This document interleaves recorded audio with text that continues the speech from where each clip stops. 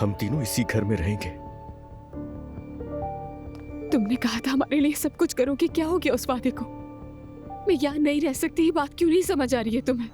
देखो दुआ, जब हमारी शादी हुई थी ना, तुम उस वक्त भी जानती थी कि हमने यहीं रहना इसी घर में, और तुम्हें इस बात से कोई मसला नहीं था।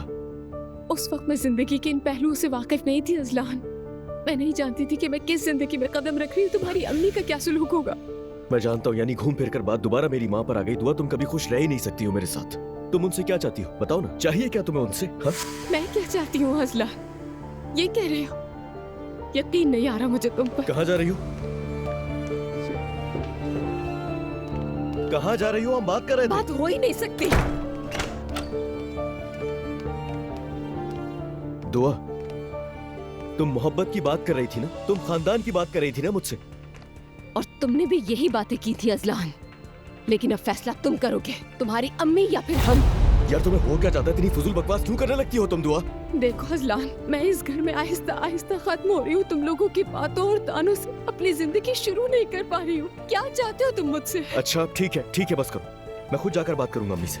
बात करने से कुछ नहीं होगा, पहले भी बात कर चुके हो। क्या हुआ था? हमारा वाहिद मसला ये घर है। मुझे यकीन है हम बहुत खुश रह सकते हैं, बस यहाँ से चलो।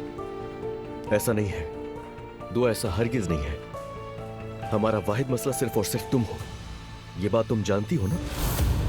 हमारा मसला ये बेअदबियां हैं, और तुम्हारी ये फजूल की जिदें ये दिन ब दिन बढ़ती जा रही हैं।